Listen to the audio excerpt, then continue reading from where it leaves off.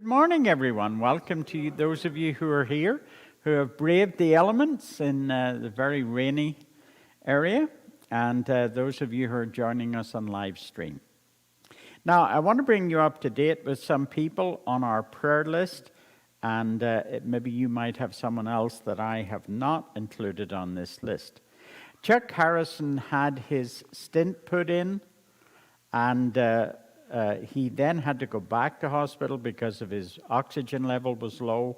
So I'm hoping to see Chuck in Geneva this afternoon. Sid Fawcett was in hospital following a bad fall at home. He then went to one rehab facility, and he's now in another rehab facility, and I hope to see him this afternoon. Jean Bryn is waiting for surgery. She was to have surgery about 10 days ago. There was some kind of problem or hiccup, and that didn't happen, and she's still waiting because this particular surgeon only operates on Wednesdays in this area. Joe Jensen has been in the new Banner Rehab Hospital. She's seeing her surgeon again today and hopes to go back to the Ridges tomorrow. And I'm glad to report Jan Carter's here with us this morning, and Jan has had some improvement with her eye, which we've been praying for. Anything you want to add to that, Jan, about the eye? Well, as far as the clinic is concerned, they had hoped the bleeding would recede, and that's done. Right. But the overall condition, nothing's changed. So they said, no, we're just still watching and waiting, and as long as they can put the surgery off in the future, that's what we're trying to do. We're just trying to keep you stable. Keep you stable. As far as I know, I'm stable, but then I never know when I'm not. So I'm just trusting God to keep the numbers level. So do you have a target date where they will review things again? Well, yes, and they will give me 3 to 4 months of results already. So hopefully in the next 3 months they'll tell me when to come in, or if I lose any more vision that I can tell. Okay. As far as I can tell, it's about the same. I can't look directly in the light, but I'm able, if I'm looking like this, if this hat is protecting me, I can take these off. Right. I'm not a horror show like I was last time. Right. That part, yeah. Okay. Could I ask someone to close Javier's door and close this door, because I'm hearing noise from the busy bees who are in Alexander Hall. Okay, so having thought about all these various people, Chuck in Geneva, Sid Fawcett, Jean Bryn, Joe Jensen, and Jan Carter, let us come to God in prayer. Loving God, we thank you for the way in which your word has spoken across the centuries, and for the way that it continues to speak to people across the world today. We praise you for the power of the gospel, the power to change lives and transform lifestyles. As we read your word today, help us to do so with hope and faith and expectation, hearing your voice, discerning your will for us and for your church, receiving your strength and responding to your call. Let your blessing rest upon us as we gather around your word today. In Jesus' name we pray. Amen.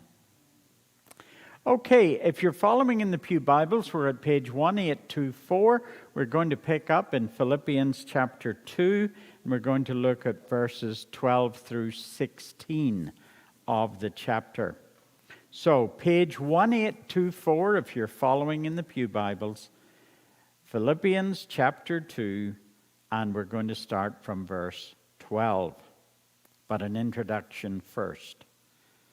There's an African proverb which goes like this: smooth seas do not make skillful sailors. Smooth seas do not make skillful sailors. Now, on the journey of life, we all love smooth seas and sunny days. We don't want storms, we don't want clouds, we don't want sorrows.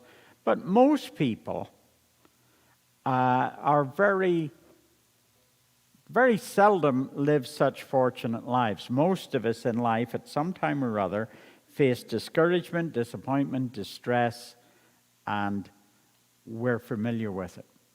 As a pastor, I have known some of the most wonderful and lovely Christians have endured great pain and have known all kinds of problems and pressures in their lives. Family problems, financial problems, even the loss of a child and so on.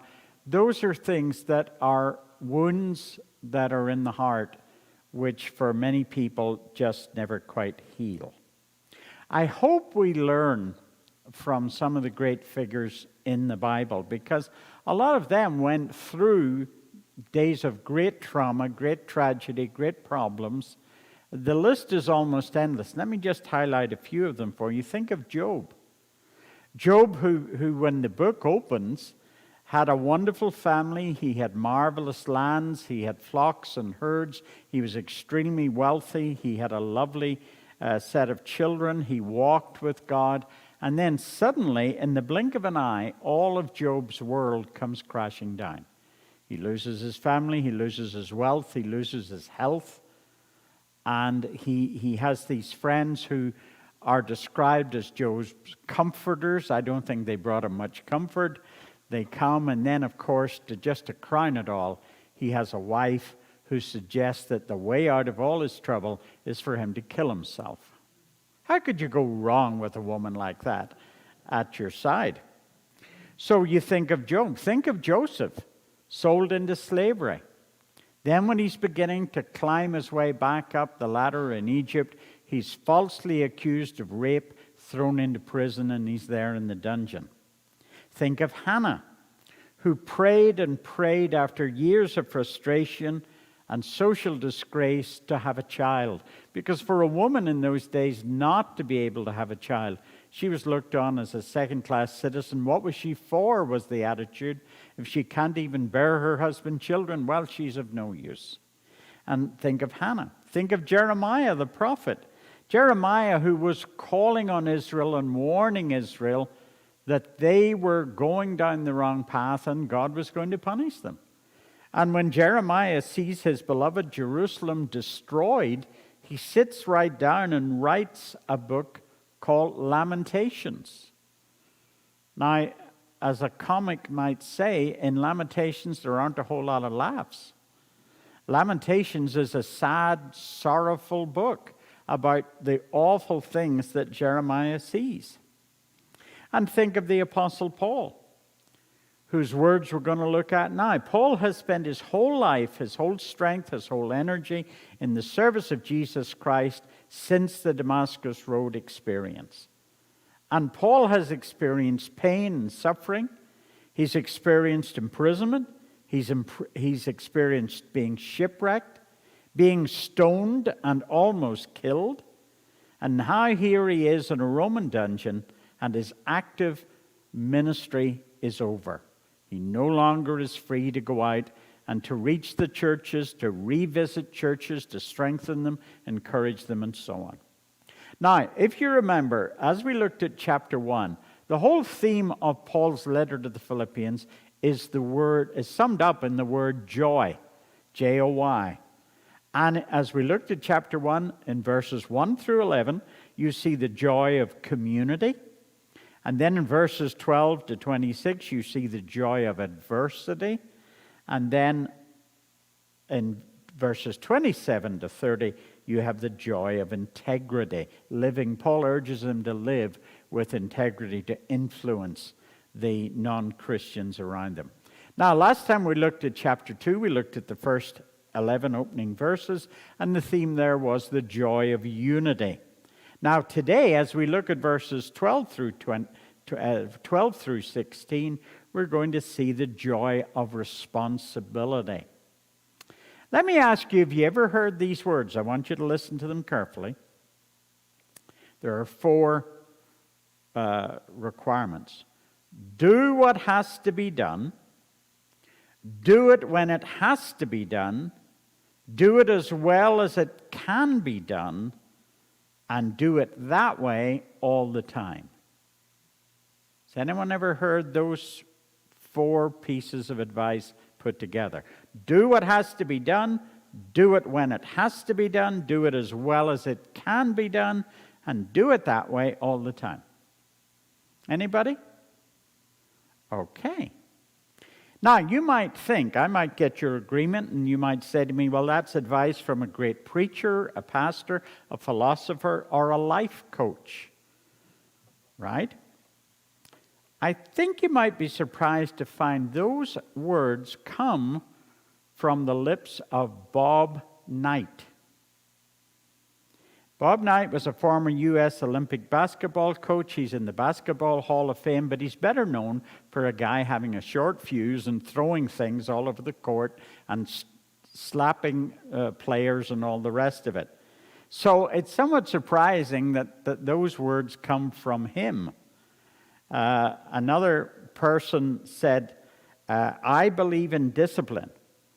You can forgive incompetence, you can forgive a lack of ability, but one thing you cannot forgive is a lack of discipline. Those words come from Tom Landry, the famous coach. Now, take a look at verse 12, because verse 12 opens with the word therefore. Now, it's an old line, but I'm going to use it anyway. When you see the word therefore, you should ask yourself, what is it there for?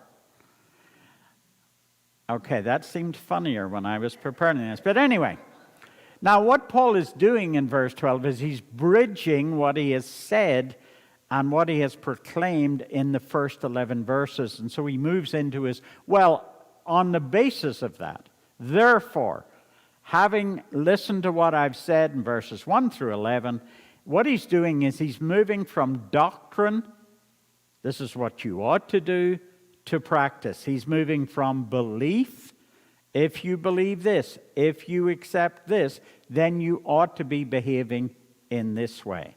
So it's a twofold thing. He's moving into this thing. So what does he say? He says, therefore, my dear friends, as you have always obeyed, not only in my presence, but now much more in my absence, continue to work out your salvation with fear and trembling. For it is God who works in you to will and to act according to his good purpose. Do everything without complaining or arguing, so that you may become blameless and pure, children of God without fault in a crooked and depraved generation, in which you shine like stars in the universe, as you hold out the word of life, in order that I may boast on the day of Christ that I did not run or labor for nothing, but even if I'm being poured out like a drink offering on the sacrifice, and service coming from your faith, I am glad and rejoice with all of you, so that you too should be glad and rejoice with me. Now, the first thing that Paul says in this section is, I will do my part. Now, you could get really confused when Paul says things like, work out, continue to work out your salvation. Now, let's be clear about it. Paul is writing to a group of Christians. They have already come to salvation in Jesus Christ. He is not saying work for your salvation, because there's nothing we can do. Salvation is not a barter system. If I do this for God, maybe he will forgive my sins. That's not how it happens. Salvation is all the grace of God working in us through no merit of our own. What does the old hymn say? Nothing in my hand I bring, simply to thy cross I cling. Salvation comes to us through the sovereignty of God, and he decides who is going to accept the truth of Jesus and who is not, and that's his sovereign will. It comes as a gift. Now, in ordinary terms, with a gift, you only have two options with a gift. Somebody says, oh, I have a gift for you. You either have to accept the gift and say, oh, well, thank you, that's so kind of you. Or you have to reject the gift and say, well, I don't think I'd feel comfortable accepting it. Those are the only two options. You can't pay for a gift. You may reciprocate. You may say, well, in that case, I ought to get you something. But you still have the option of either accepting a gift or rejecting it. So Paul is saying, work out your salvation. He's writing to people who have already come to faith in Jesus Christ. They've already made that commitment. So let's not be confused at that point. The great preacher George B. Duncan used to say that some people go to church, and it was the old tradition in the past that, remember when we had evening services? Remember you had a morning service, an evening service, and so on. And usually the morning service was considered for Christians. The evening service was a more evangelical service for non-Christians. And that was the tradition both here and back in Britain. And he used to hear from Christians who would come on a Sunday night, and he said, all we hear about is how to be saved, how to become a Christian. And he used to say this: the way into the Christian life is vital, but the way on is equally important. In other words, you have to know how to grow, how to develop, what you're meant to do as a Christian. And if you think about it, we describe coming to faith in Jesus Christ in various ways, but one of the popular ways is to describe it as new birth. Now, if you think about birth in every other way, physically, spiritually, emotionally, professionally, birth has to be followed by growth. If you had a little baby and it didn't grow, you would be quickly taking it to Mayo Hospital or somewhere, because it isn't natural. It's meant to grow. It's meant to grow, and we're meant to grow mentally and emotionally and so on. You think of children like Down syndrome children, or children who are born with mental disorders. They grow physically, but they don't grow mentally. They end up having the mental age of 9 or 10. And they have to be taken care of and protected so that they're not taken advantage of. So what Paul is saying is you need to grow spiritually. You need to work at your salvation. You need to realize your full potential. You need to follow God's word. You know, there are Christians, and maybe this hits home to you, who have never, ever in their lives shared their faith with others. They've never spoken a word for Jesus Christ. They've never said to a family member or a friend or a neighbor how important faith is in their lives. And it doesn't require you to say very much, but it does require you to say something.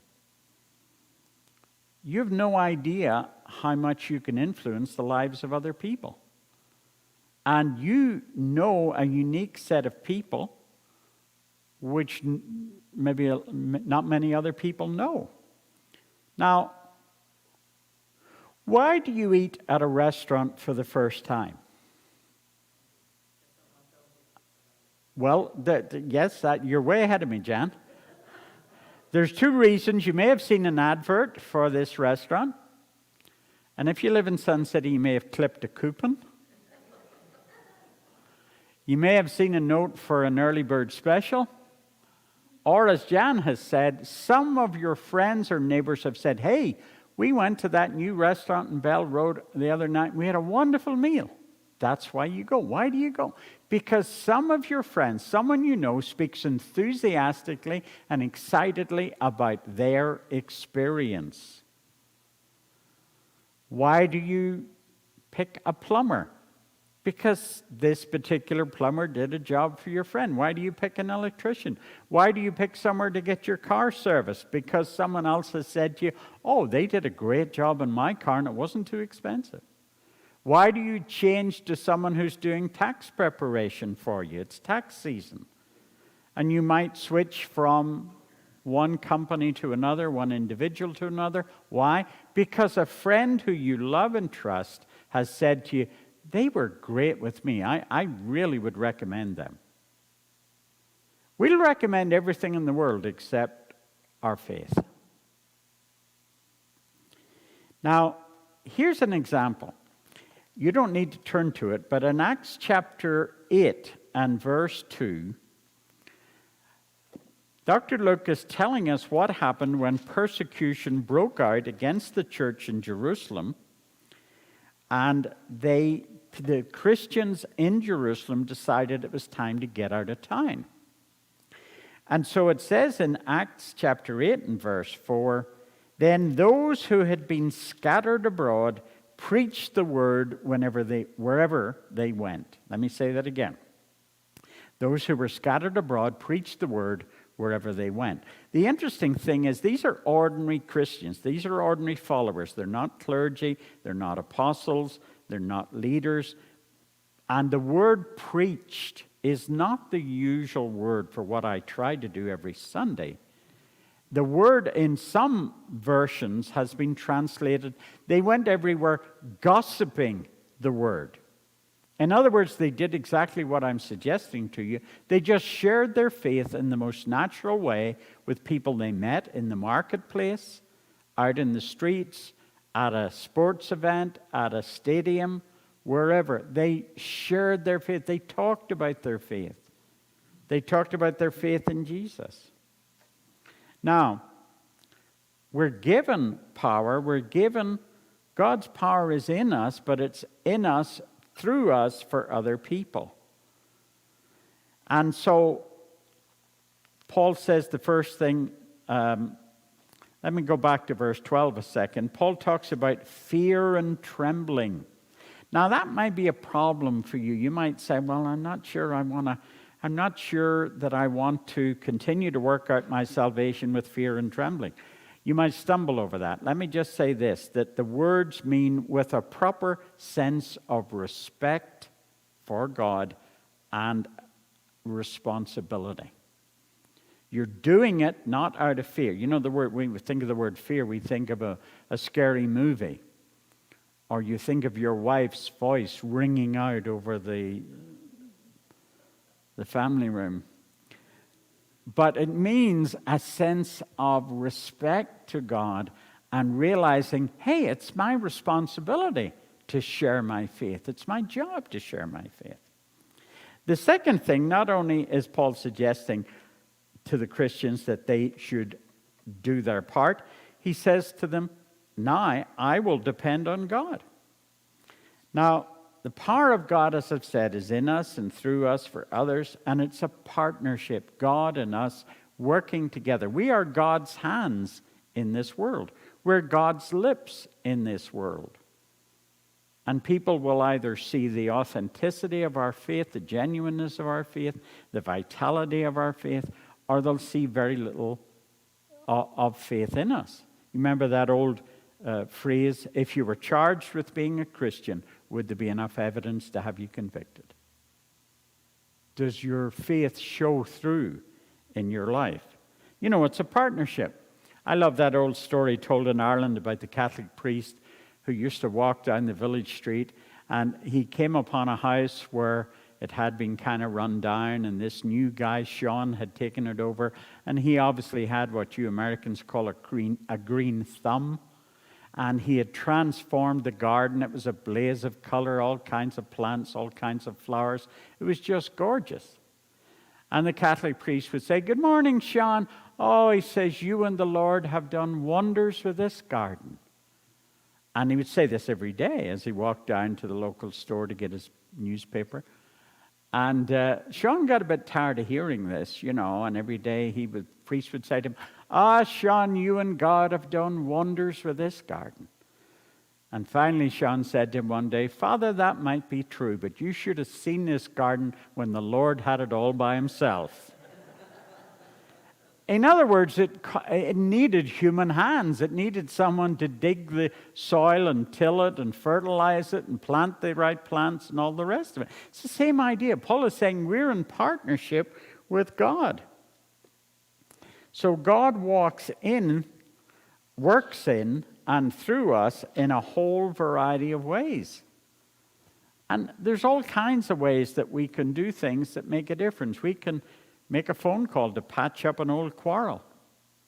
We can yield to the inspiration to be alert, to be sensitive to the voice of God. So Paul says, what you have to do is do your part. What you have to do is depend on God. Thirdly, Paul says, what you have to do is to be different from the world. Look at verse 14. Do everything without complaining or arguing, so that you may become blameless and pure, children of God without fault in a crooked and deprived generation.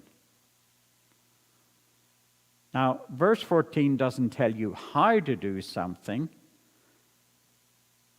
He's really saying that how you do it is vital. Not what you do, but how you do. You know that if you ask someone to do something, you ask for someone's help, and you immediately sense by their body language, by their attitude, that they're helping you grudgingly, reluctantly, you're not going to ask that person again. Whereas if you ask a friend, listen, could you give me a hand with this? And they come, they show up, they're pleasant about it, they're bright, they're willing, they're cooperative. That makes you feel a whole different way, doesn't it? Whereas you get someone and you say, well, it's as quick as he can get out of here, and, he doesn't really want to help me. Now, the idea of complaining or arguing, other translations put it like this: murmuring. Do it without murmuring. The word means to mutter or to grumble. Now, if you want some good examples of people who really knew how to mutter and grumble, read the book of Exodus. Because as Moses leads them out of Egypt into the wilderness, there are a lot of challenges. And the Israelites mutter and grumble and complain and almost turn against Moses at different points in the story. When they get to the Red Sea, and they look, and there's Pharaoh's chariots bearing down on them to slaughter them, they begin to grumble. Why'd you bring us out here into the wilderness to die? Wasn't there enough land in Egypt to bury us all? And Moses has to perform the miracle of dividing the Red Sea. He takes them into the desert, and the water is brackish and bitter, and Moses solves that problem for them. But before that, they mumble and groan and grumble. And time after time, when there was no water, they grumble. When there's no food, they grumble. When the spies, remember, they get to the edge of the Jordan and they send out spies. They send out 12 spies. And 10 of them come back with very negative views. Oh, the walls are too big, the cities are too large, those people are giants, their army is powerful, we're never going to be able to defeat them. So 10 of them come back with this very negative attitude. 2 of them come back and say, we can do this. I believe the Lord's going to give us this land. I believe that God wants us to have this, and I think we should go forward. So automatically, there's 10 of them. They must be Lutherans, and you get 2 who are congregational. And they're upbeat and enthusiastic and eager. Oh, I wish. Anyway, but if you want an example of mumbling and grumbling and groaning and complaining, that's what probably Paul is thinking about. If you want to learn all about people who complain, think of the Israelites. Now, when he also says, take a look at 14 again, so that you may become blameless and pure, children of God without fault in a crooked and deprived generation in which you shine like stars in the universe, as you hold out the word of life, as you display, parade, placard the word of life. And, we talk about people having pet peeves. We talk about people having running sores. For some people, that's their Indian name. You've heard of running bear. The people, oh, he's got a running sore. That's his Indian name. They have a burr under their saddle. They have things that they don't seem to be able to forget. There's an old story told about Daniel Webster. Daniel Webster apparently had a little trick when he would meet people, and they knew who he was, but he didn't know who they were, but he didn't want them to realize that. So he didn't know their name, but here's what he said to them. Well, how's the old complaint? And Webster found that 9 times out of 10, when you said that to someone, they would go into a catalog. Oh, well, remember the last time we met, I was telling you all about my brother-in-law and and they would go into this whole routine. And of course, they thought Daniel Webster remembers me. He remembers all the stuff I've been going through. Well, he didn't know them from a hole in the ground. And very seldom Webster said it didn't work. That's all he had to say was, well, how's the old complaint? I mean, it could, that covers everything. Could be physical, could be emotional, could be spiritual, could be mental, could be anything. But they automatically thought that he knew all about them. It was a clever trick. One of my old professors pulled a nasty one on his wife one time. They were walking down a street in Belfast, and these people were coming towards him, smiling all over their faces. And he whispered to his wife, who are these people? And she said, I don't know who they are, but they obviously know us. So they meet, and, how are you? And, of course, they were, hello, Dr. Henry, how very nice to see you, and all the rest of it. And he was struggling, trying to get it round, well, how's the family? And, all this kind of thing. And he was going through everything and getting nowhere, getting no clues. It was not sinking in who they were. And finally, he said, you're not going to believe this, but my wife has no idea who you are. Go ahead and give her a shock and tell her who you are. And they said, oh, we're the Johnsons. We go to such and such a church.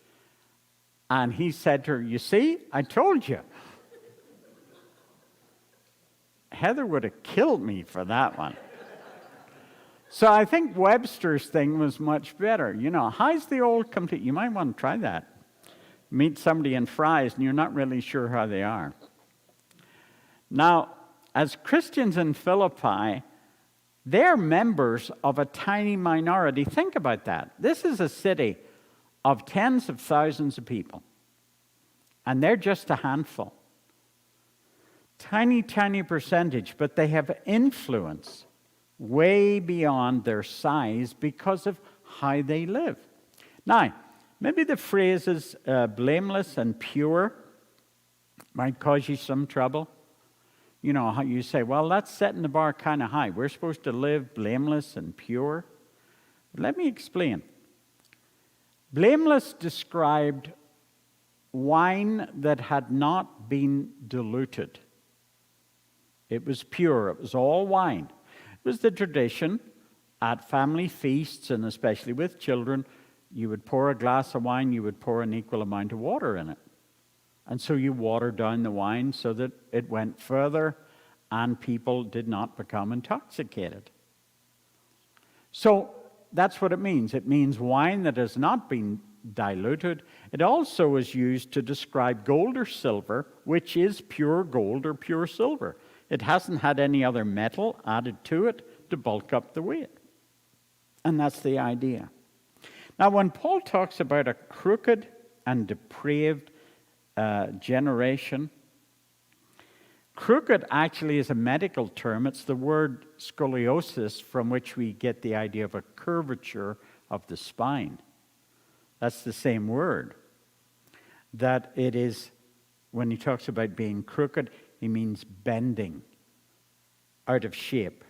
And depraved meant permanently disfigured or distorted. How many of you have ever heard of a book called The Day America Told the Truth? Did you ever come upon it? The Day America Told the Truth. It came out in the 90s. I think you can still get it. And it's a book where people did an extensive survey across the country as to what people thought. And they were asked to be very honest because it would be anonymous. Your opinion and your view and your answer would just go in with thousands of other answers and nobody would know it was you and so on. So with that assurance, here's some of the results. Only 13% of the people surveyed felt that the Ten Commandments were still binding today. 91% of people admitted that they lie regularly at work, at home. 86% of the people said that they lied most often to their parents. 75% of people admitted they lied most often to their friends. One of the questions was, what would you do for $10 million? 25% of people said they would abandon their family for a guaranteed $10 million. They'd walk away, never see them, never speak to them again if someone gave them $10 million. 23% said they would become a prostitute for a week. And 7% said they would kill a stranger for $10 million. Personally, my lowest figure would be 15, but that's a whole different thing. But that was the basis of this book, The Day That America Told the Truth. Try and look it up. You might have it in your local library. Or they may lie to you at the front desk and say it's checked out. But it's called The Day America Told the Truth. Now, Paul, look at the glorious way that Paul finishes. He asks them, do everything without complaining or arguing, so that you may become blameless and pure, children of God without fault in a crooked and deprived generation. But here's the big bit, in which you shine like stars in the universe. The whole idea of light as opposed to darkness is something that's woven through the Bible, as you know. Jesus, in the Sermon on the Mount, calls upon his followers to be what? To be salt, and what else? To be light. You are light. You are the light of the world. Paul in Ephesians tells the church there, he said, listen, you're living in this city of Ephesus, which is a sink of iniquity, and you are God's light. You are children of light in a dark, gloomy, discouraging place. So Paul is calling on the people in this church to live a godly life and to have their eyes on the future, to be thinking about what's coming next. And you notice how he ends it. Look at 17. But even if I'm being poured out like a drink offering on the sacrifice and service coming from your faith, I am glad and rejoice with you all, so that you too should be glad and rejoice with me. In other words, Paul says, let me be in my prison cell and think of you and be proud of every one of you. Knowing that you're living in this way, knowing that you're holding up the name of Jesus, knowing that you're inspired by God, led by God, willing to serve God in all kinds of ways, that you're being light in the city of Philippi. And you can think about me in my prison cell because I'm being light. I'm influencing all these Roman centurions, these members of the Praetorian Guard, who are chained to me in 4-hour sections every day, and I'm talking to them about Jesus. I'm talking to the palace guards about Jesus. And the word is spreading throughout the whole of the center of Rome. I'm living like light. Let me be proud of you living like light as you ought to live. So Paul draws it then to a conclusion. We're going to pick up. Now, I've got to tell you that next week, because of the rummage sale, there won't be a Bible study next week, so that all of you can get ready. You already see that the hall has really been taken over, because we're not going to have a coffee fellowship after church on Sunday. And so that allows us, in fact, somebody had the crazy idea that we could allow our people to have a first go at shopping to get all the bargains. And so that's what we're going to do. So we don't need to set the hall up on Sunday for coffee. It'll be set up exactly as you see it today. But there will be no Bible study next week, but we will resume the week after that. Does anyone have any questions or any comments or anything they want to say just before we close? Randy? Would you get the money all at once? Yes, apparently so. The 10 million.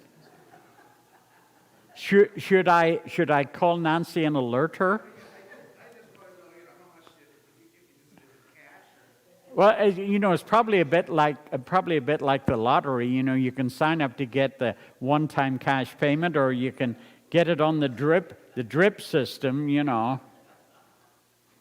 We have a phrase in Ireland, you know, when something like that doesn't come all together, you know, the phrase is, live old horse and you'll get grass.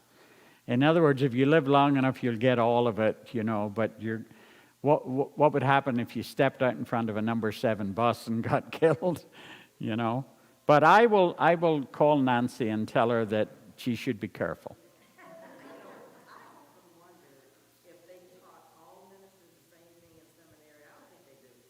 Oh. There are so many ministers that do teach fear of God, not respect him, but fear of him, and you got to earn your way to heaven.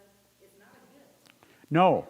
and that's scary to me that there are people still thinking that working your way to salvation means you really got to work to get to heaven. Because the idea of a gift would be a wonderful thing for people to know, Yes. and I don't think all ministers tell people that. Well, I think seminaries are different. You know, they have different emphasis and so on. A Catholic seminary would be very different from some of the regular ones like Lutherans, Methodists, Congregational, and so on. But I mean, the essential truths are there that salvation is a gift from God. It's not something you can earn, or it's not something you can try and earn. You know, I mean, as I say, even in some of the hymns of the faith, where it talks about nothing in my hand I bring, you know, simply to thy cross I cling. You couldn't have enough to say, well, God, you know, and that's one of the things when you witness to people and you say, well, do you think when you die you're going to go to heaven? Most people are going to say yes. And then you say, well, why? And they will give you a whole list of things they have done, or a whole list of things they haven't done. And they will say, well, you know, I think God's going to accept me on the basis of that. And you say, well, wait a minute. What about, do you have any faith in Jesus Christ as your Lord? No. Well, I don't go to church, but I do this and all the rest of it. And that's the problem. You have to get across the fact that this is not a, you know, get out of jail free card thing because you gave to Goodwill every so often, or you subscribe to PBS to keep nice programs on the television, you know, and you struggle to get that across to people. And the hardest thing for ministers is to bite on that bullet, because you know in your congregation there are people who are good church members, but their name is not written in the Lamb's Book of Life. They're depending on the fact that, oh, well, I come to church regularly. So, well, that isn't very personal, you know, and that's a problem. You know, they've been in church all their life and they're kind of blinded to the fact they think, well, this is a trade-off situation, you know. Difficult. Anyone like, yes, Deb. To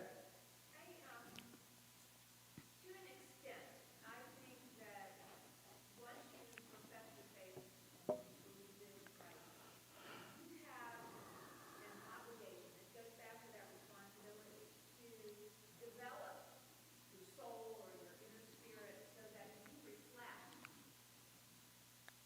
the gifts of the Spirit. Yes. Generosity, kindness, Yes. all of those things. And as those develop, you start doing it to life. Yes. And I think that's why, you know, when they depict saints or they depict Christ, there's usually a halo. Yes. It's that idea that as your faith develops and grows, you become a source of light that impacts other people and influences other people. But I don't think it comes just from saying, I believe in Jesus, because you have to be like Jesus here. Yes. I agree with that entirely, and I think it's a very good point. There are several things.